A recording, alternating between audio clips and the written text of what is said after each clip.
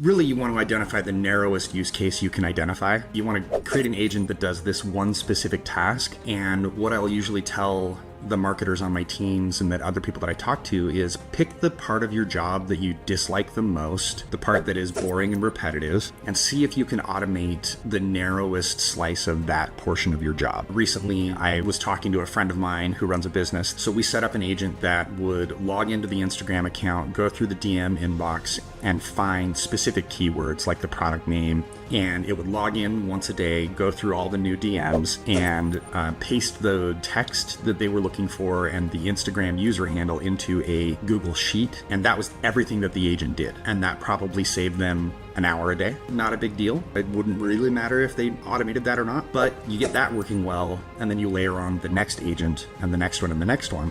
And pretty soon you are automating big portions of repetitive work.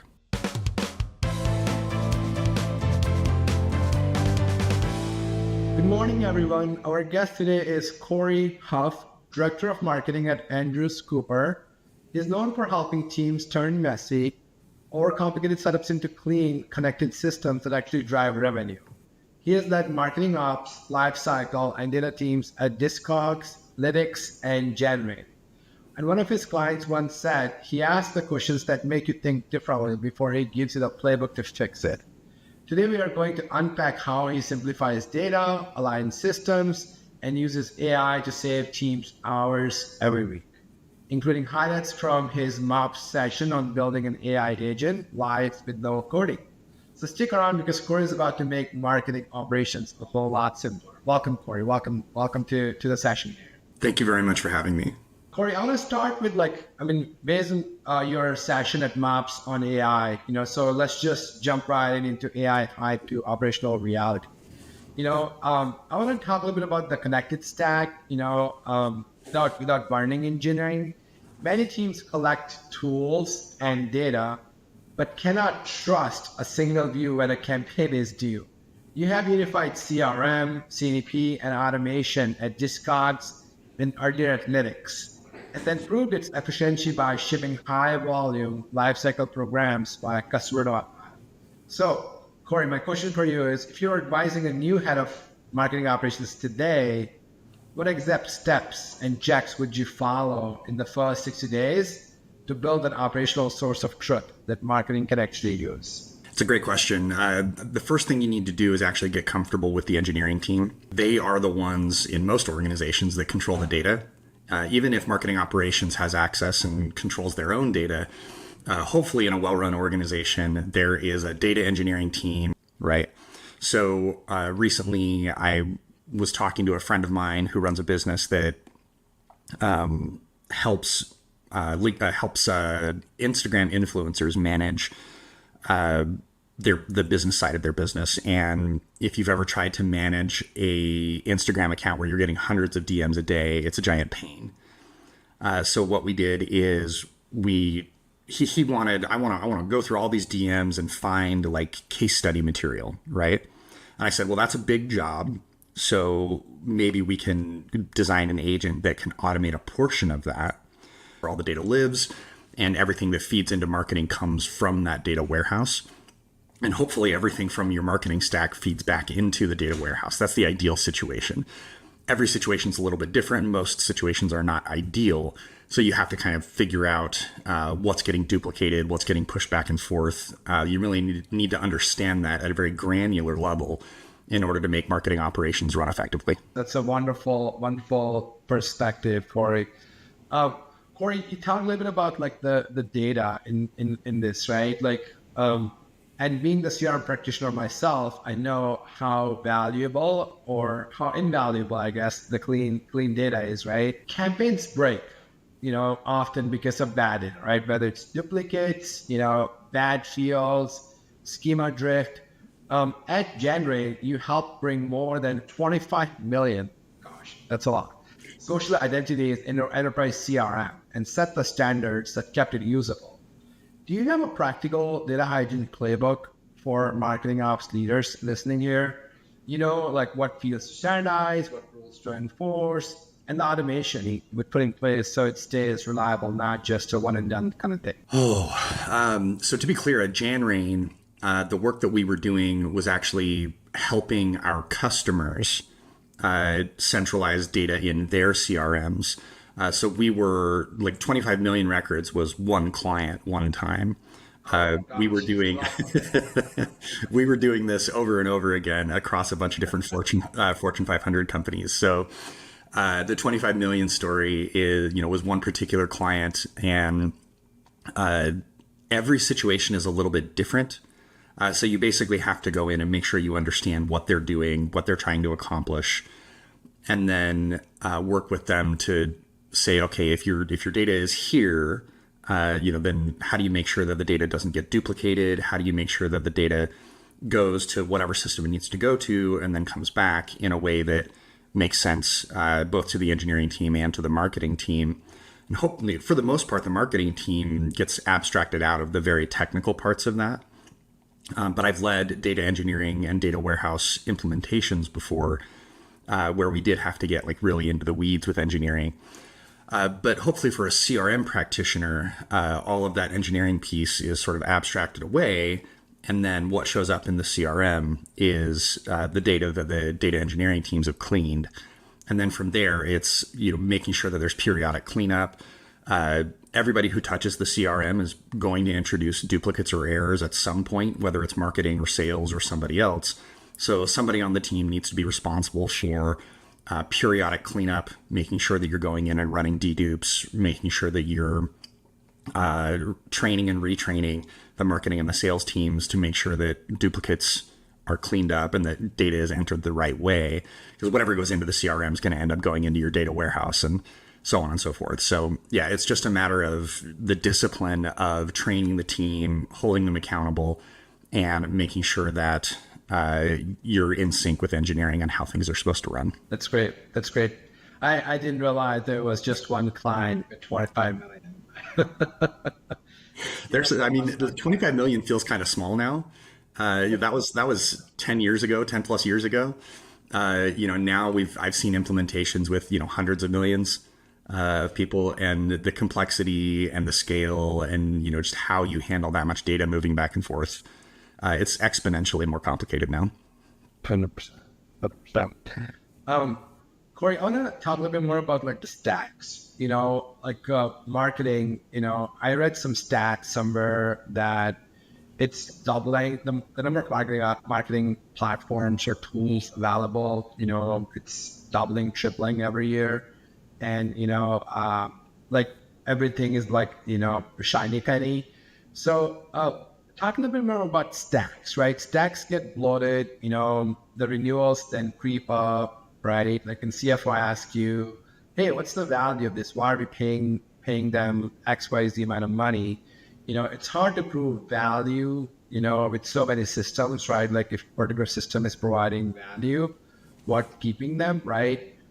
You have inherited and simplified stacks, right? Across discogs and productive flourishing, while protecting what actually drove growth, right? How do you score those tools and put them in the bucket of keep it, kill it, or replace it too expensive or not working as what BIM expected to do?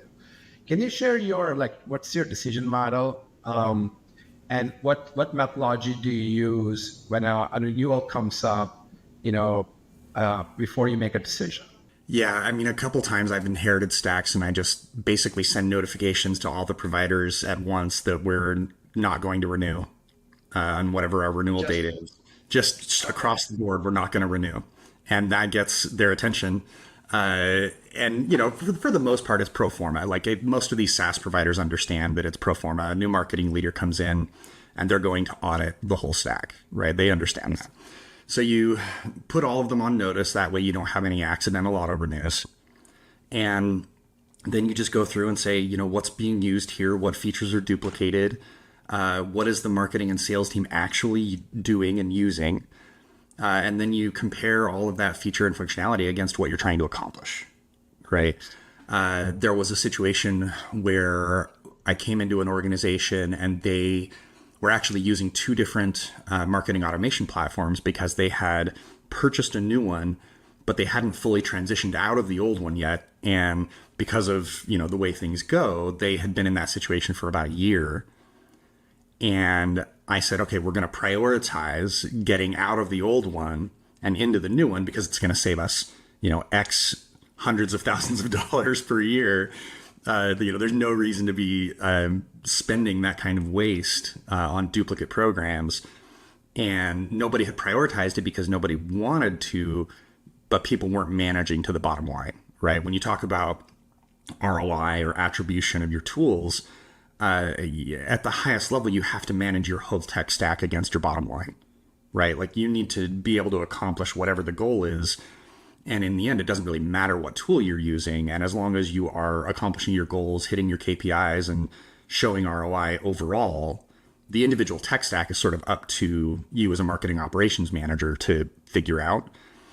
And so you manage to the bottom line, and then you get rid of duplicates and you prioritize, cutting costs where there's duplicates. It would be scary if just then everybody notice we're not renewing. I don't want to be in the room of that SaaS company where I get a notice for the new leader joins. Like, we're not renewing. I mean, they're used to it. They all understand that it's pro forma. Yeah, and it gets their attention, right? Which is important. Yeah. And now coming back to your favorite topic, Cory, about AI, there's a lot of hype, and then there's sometimes disconnect between the shipped value and then the hype, right? So many teams trial AI, but nothing goes live, or the scope of what goes live is massively different than what they had promised for it to be, right? Your MOPS workshop was on how to build an agent without engineering. Plus, you have shipped agents like Brandtone, Copy, Copilot, and the data analysis bot. So for a MOPS leader, starting next week, what is your end-to-end method from picking the use case, like what use case you want to follow first, to testing and rollout, that gets one agent into production in 2 weeks? Yeah. Really, you want to identify the narrowest use case you can identify, right? You want to create an agent that does this one specific task. And what I'll usually tell the marketers on my teams and that other people that I talk to is pick the part of your job that you dislike the most, the part that is boring and repetitive, and see if you can automate the narrowest slice of that portion of your job, right? So recently I was talking to a friend of mine who runs a business that helps Instagram influencers manage the business side of their business. And if you've ever tried to manage a Instagram account where you're getting hundreds of DMs a day, it's a giant pain. So what we did is he wanted, I want to go through all these DMs and find case study material, right? And I said, well, that's a big job. So maybe we can design an agent that can automate a portion of that. So we set up an agent that would log into the Instagram account, go through the DM inbox, and find specific keywords like the product name or love it or other specific phrases. And it would log in once a day, go through all the new DMs, and paste the text that they were looking for and the Instagram user handle into a Google Sheet. And that was everything that the agent did. And that probably saved them an hour a day, right? Not a big deal. It wouldn't really matter if they automated that or not, but you get that working well, and then you layer on the next agent and the next one and the next one, and pretty soon you are automating big portions of repetitive work. Yeah, it's the 1 hour that they have now that they didn't have before to start with, yep. Right? And to your point, right, you can layer on and build on top of each other, right? So next thing you know, in 6 months, you've now automated 50 hours worth of work, right? Yep. Which, all adds up. Cory, you want to talk a little bit about the scaling the execution, right? As you being, in marketing operations for, a single amount of time, right? There's this challenge with how do you scale execution? Sometimes it requires engineering tickets, right? Which is obviously a pain. Campaign speed slows when every change needs developer time. You have led teams that send millions of targeted messages weekly, maybe daily in some cases. And I know you teach a no-code loop for crumbs, KBs, and QA. What templates, guardrails, and review steps that marketers ship safely on their own? And which tasks do you still keep behind a technical gate? Yeah, good question. Let's take email as an example, right? Like if we just narrow our scope to email a little bit.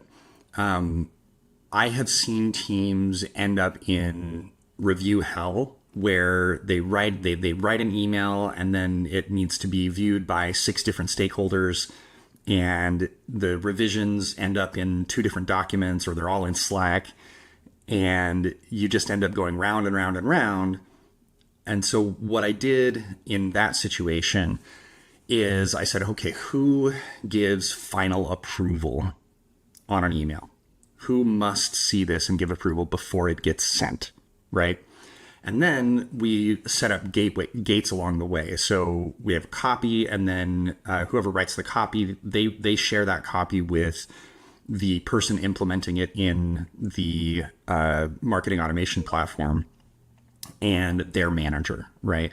So the manager reviews the copy, the marketing ops person puts it into the email, and then the graphic design goes in there. And by the way, hopefully you have like a standard template for every email that goes out. This is really basic stuff for a lot of email marketers, but some organizations struggle with this and they want to rewrite templates from the ground up. I've never understood that. You should have templates for every type of email that goes out, right? So then you put everything into the template and you send it around to the team, and you have a deadline for review, right? You say, I'd send around the template in the morning, or the sample email in the morning. It has to be reviewed by noon. And then either the marketing operations manager or the marketing manager or the director or whoever has to see the email, can give the thumbs up or the thumbs down on the yes or no. And that person's approval is the only one that matters, right? Otherwise, if you try to accommodate everybody's feedback and everybody's input, you end up with emails that are designed by committee, written by committee, and they end up bad, right? Even if you've got brand tone of voice guidance or brand design guidance, when you design and write by committee, you end up with bad marketing. So there needs to be somebody with, some authority and opinion who gives final approval. Yeah, I've seen those. I've been in those calls where 4 or 5 people are commenting on one email, and it just doesn't go anywhere. Cory, I want to talk a little bit about the go-to-market strategy. Onboarding stalls when knowledge lives in scattered docs and chats. You have built internal co-pilots trained on team playbooks and greater MarTech onboarding guide agent.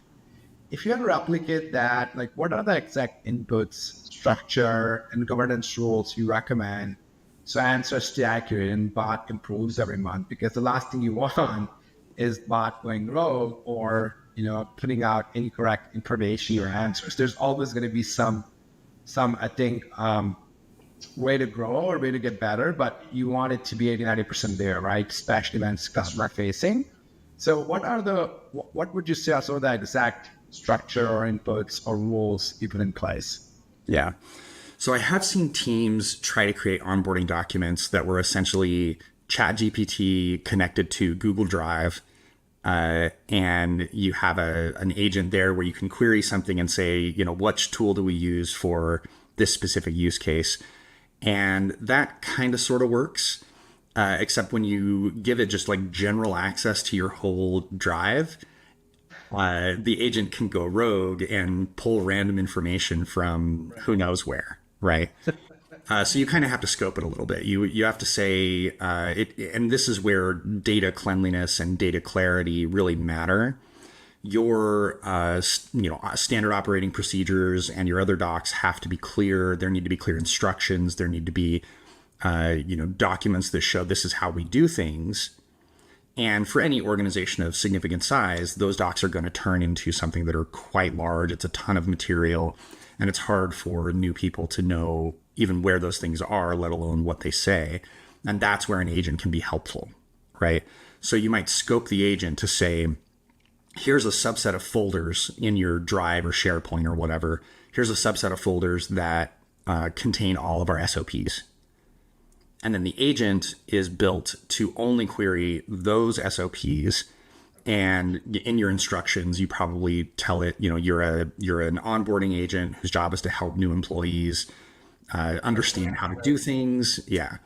And in all of your outputs, all of the answers that you give the employee, you want to make sure that you reference which specific document you are pulling the information from, because then the employee can click on it and see and open the document itself to verify that the agent is guiding them correctly. Yeah, that's great. And how do you stop like AI hallucination? Do you use absolute mode, or do you have like a set of prompt that is always accompanied at any time you're asking AI to do something for you? There's no set of prompts that will prevent hallucinations.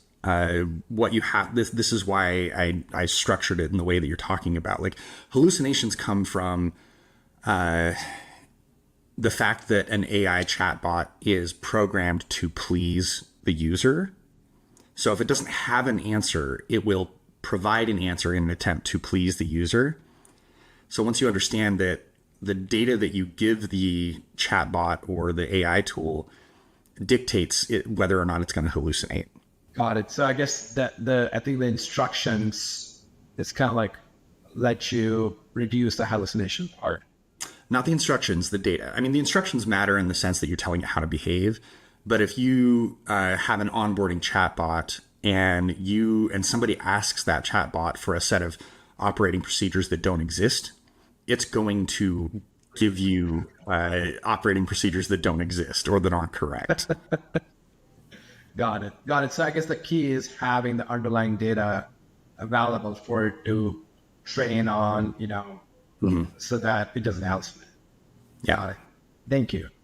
Cory, I want to talk a little bit about the experimentation. AI pilots often die in that evaluation stage, or, one problem that I see consistently with them is that they depend on one prompt expert, right? In your Discogs work and workshops, and I know you touched on this a little bit in our sidebar, you model a weekly ship, test, iterate rhythm with rollback plans. So, Cory, what is the light process you give teams? I would love to dig into what type of meetings you're having, what type of metrics you give your teams, or even like a sample checklist. So, our watchers, viewers here can run a safe trial and promote winners into standard operations. Yeah. Hopefully, well-run marketing ops teams already have a testing framework that they're using. And I get this testing framework from Productive Flourishing, is a place that I used to work. And Charlie is kind of an operations genius. So I've adapted a lot of what he talks about into marketing operations. And essentially, you need like levels of approval, right? So if you have a test that has very low impact, like you're going to change the headline for an auto-generated ad, right? Like that should be something that an individual contributor can do themselves without necessarily getting approval from their manager, right? Like there should be lots of ability to iterate quickly within a certain set budget, for example. And that set budget depends on the size of your organization, right? Like an individual contributor at a small company, maybe they can make a $500 decision on their own without having to go to a manager to get approval. But then, manager approval, if it gets to a $5,000 decision, then managers have to approve. And if it's bigger than that, then the director or the department head might need to approve. So hopefully you have these levels of decision making already implemented before you start trying to do AI things, because AI things are high risk and unpredictable and hard, right? And we're still in that place where most of the things you try don't work, just because that's how technology works. You try a bunch of stuff, most of it doesn't work, and then you figure out the ones that do. Just like you test headlines, you test ads, you test emails, you test calls to action, button clicks, colors, all that stuff. Most of your tests don't do anything, don't work, and those tests get you to the thing that does work. So you have to think about AI tools in the same kind of way. This is why we scope AI agents very narrowly to do one task, so that you can iterate on them quickly to get them to perform that one task correctly. Yeah, I agree.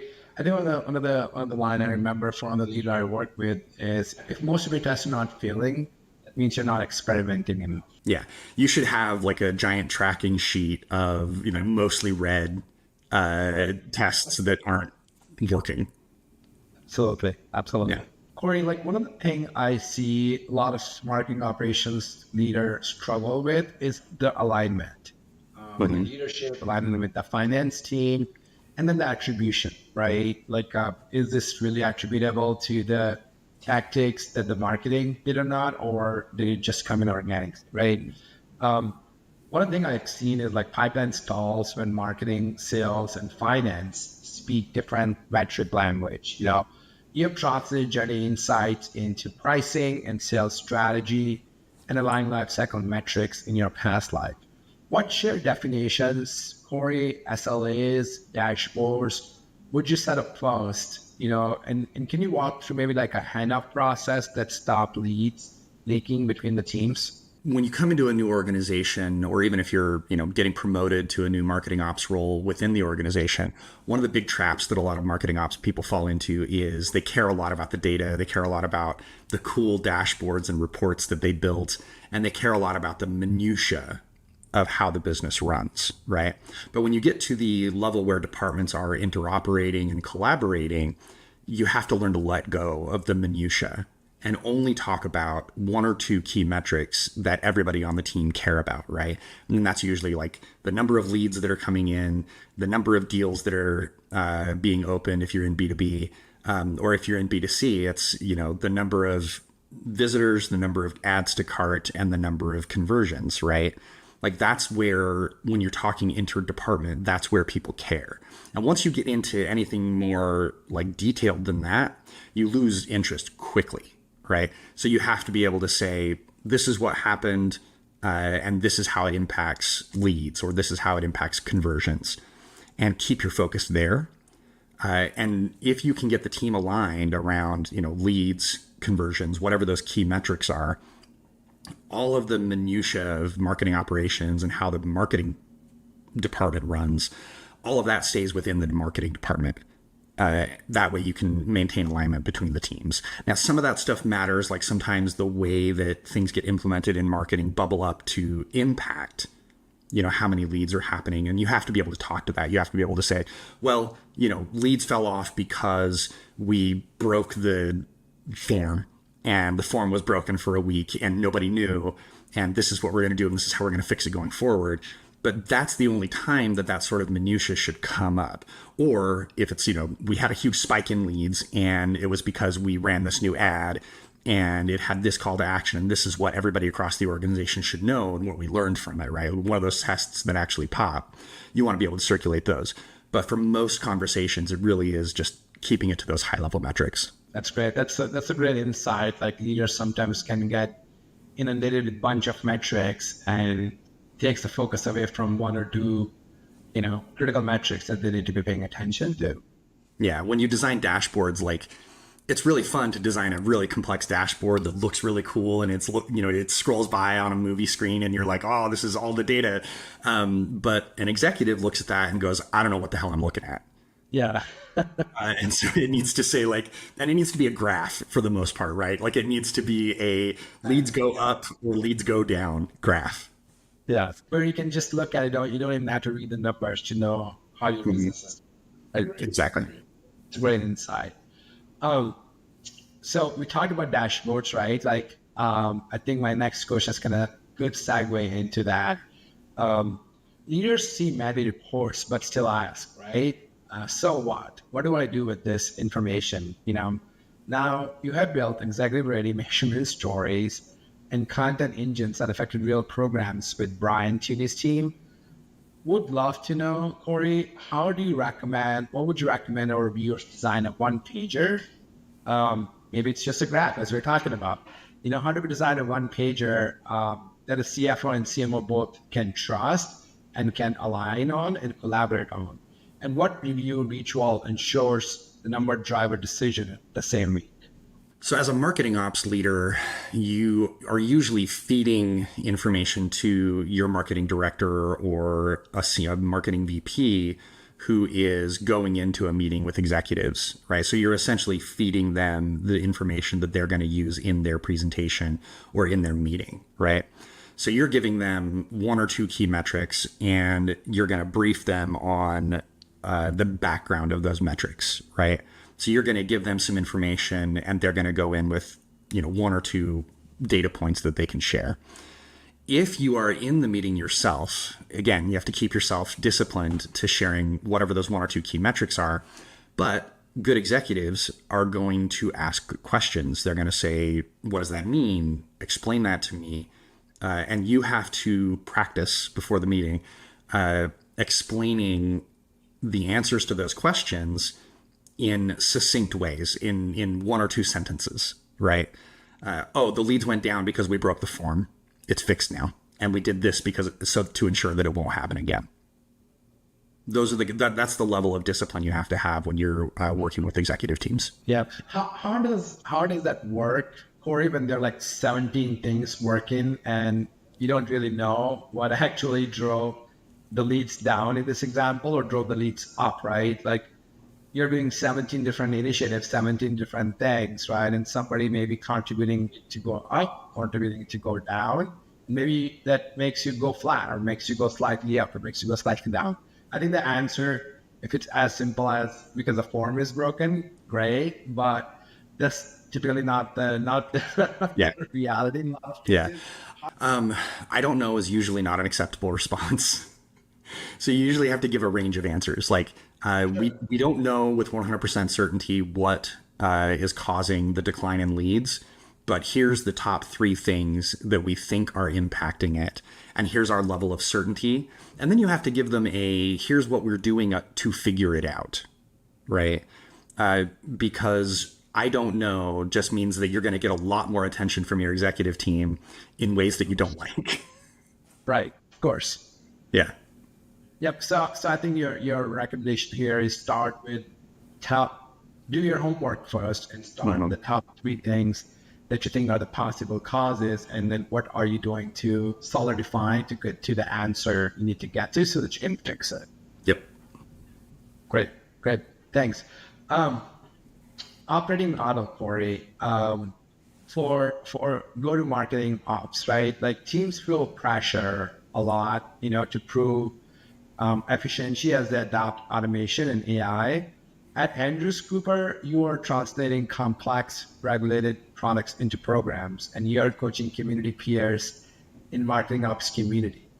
If you are advising a marketing ops or RevOps leader on the model for 2025, 2026, how would you structure roles, rituals, and AI responsibilities so strategies, systems, and people move revenue together?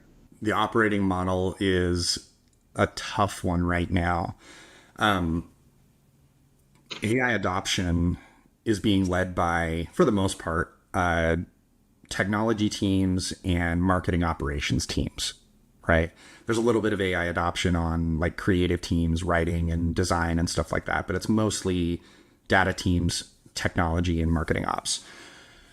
I think that there is a strong case to be made, and I've seen like marketing leaders like Daryl Alfonso talks about this. There is a strong case to be made for go-to-market engineers who report to marketing being part of that organization, right? And so then you've got within marketing operations, you've got engineering, you've got automation, and then you've got sort of other operations, right? You got email and social media and whatever else your team is running. And those are kind of 3 distinct tracks that all collaborate together that feed up into marketing ops and analytics as well. That's the other thing I was going to say. So those are kind of the ways that I think about it right now. But every organization is going to be a little bit different. A lot of organizations, even if they have marketing operations, that are not comfortable with engineering reporting to marketing. So then you've got some cross-team collaboration that you have to create. And I think it has to go deeper than we submit tickets to get we submit tickets to engineering. Like there has to be some collaboration because it's really hard to explain a marketing outcome to engineers in a ticket there has to be some cross-team collaboration, even if it's just with the the engineering manager or the product manager. I've seen some tough situations where you say, okay, we need this thing done to make the marketing operations piece work, to make the marketing automation platform work. And what comes back from engineering does not match what needed to happen, because engineers and marketers don't really speak the same language. And it's marketing ops' job to create that translation and figure out how to talk to each other. Yeah, to be the liaison in between the two teams. Yep. Absolutely.